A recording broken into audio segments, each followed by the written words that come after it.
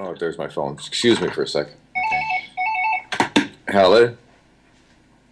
Hi, listen, can you ring me back in about an hour? I'm just doing an interview. It was very big news that Che Guevara was being tracked down and they were closing in on him.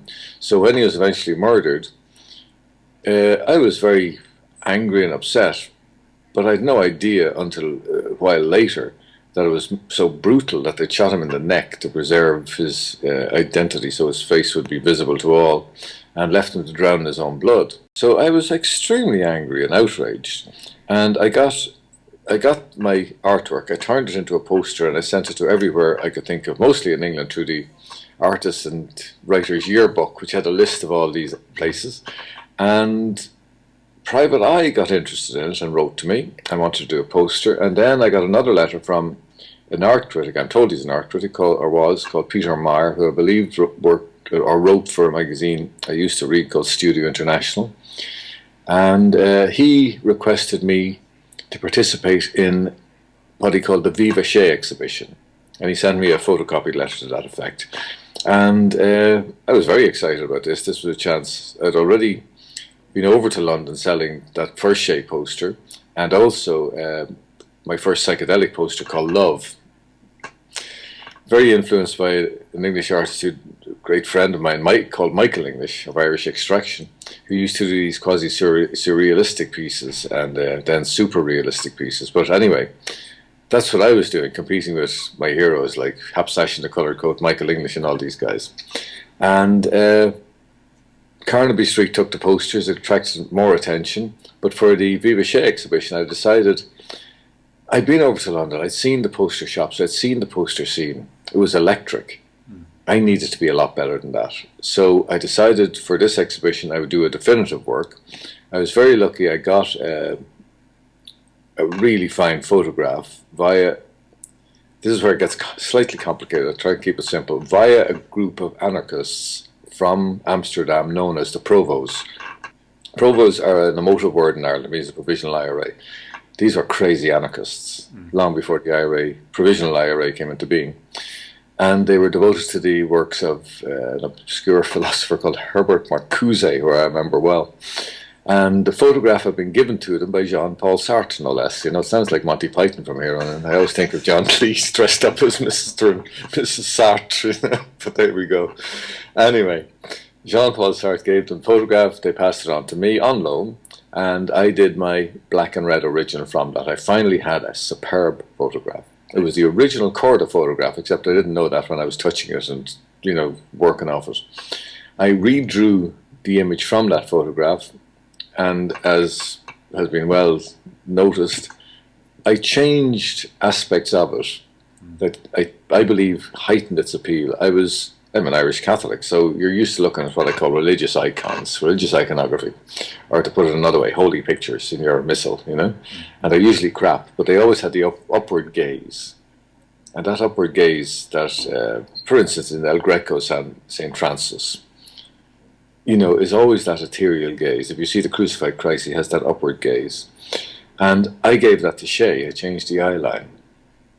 I also was heavily influenced by Alphonse Mucha, as I still am, even though I try to hide it.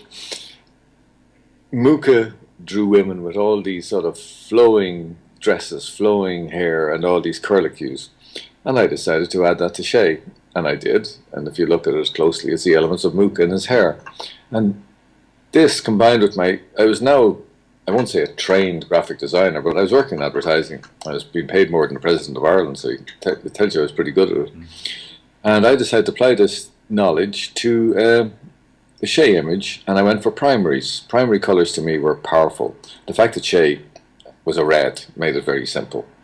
So I put in black on red, the face white, and I added a yellow star to soften it with another primary by magic marker.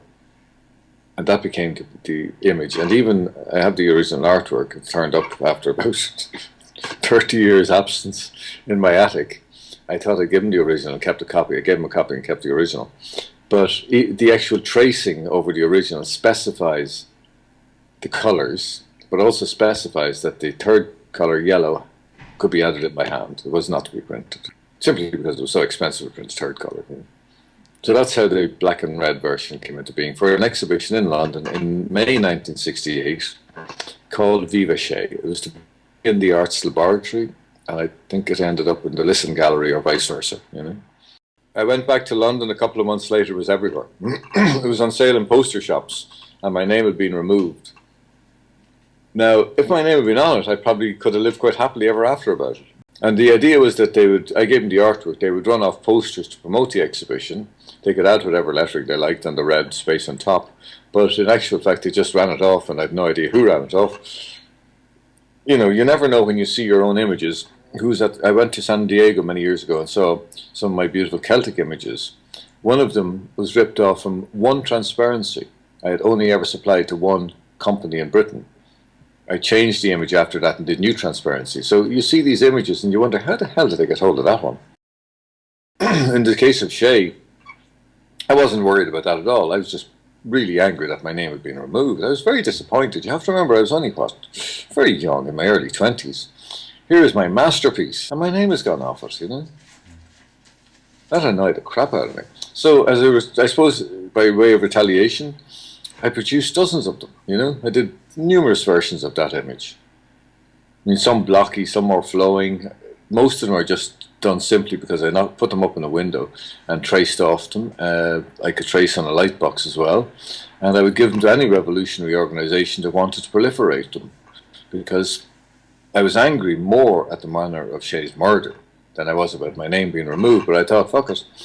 You know, if I'm going to do this, I'm going to do it properly. You know? I remember a friend of mine in Berlin was telling somebody they knew the artist, and they wrote to me saying, could they have a copy of it, and could they use it? And I said, of course you can. You know, I just presumed they were all lefties. You know, couldn't give a hoot if every T-shirt guy running off a couple of T-shirts in some little place in Marrakesh or Havana proliferates them. It doesn't bother me at all. It's only when big companies use it for commercial use, and that's why I've reclaimed the image. In January of this year, I launched a limited edition, signed and numbered copy of edition of the print from the original artwork, and on it I copyrighted the image. The reason I've copyrighted the image is not for financial gain. It's because I'm handing it over to Eliadita and Eliade Guevara, and his family will own it, I hope in perpetuity, on behalf of the Cuban government, and they will decide who should use it and who should not. I think it belongs there, you know. But the creator of the work is by default the owner of the work, the owner of the copyright. I didn't sign away the copyright. I simply said it's copyright free, which means use it if you want. It was meant to be used for political purposes. If you see someone wearing a T-shirt of it, to me that's a political statement. I don't care if the guy knows it or a person knows it or not. Try wearing that in Tehran. Try wearing that in Syria. Try wearing that in China. See what happens to you.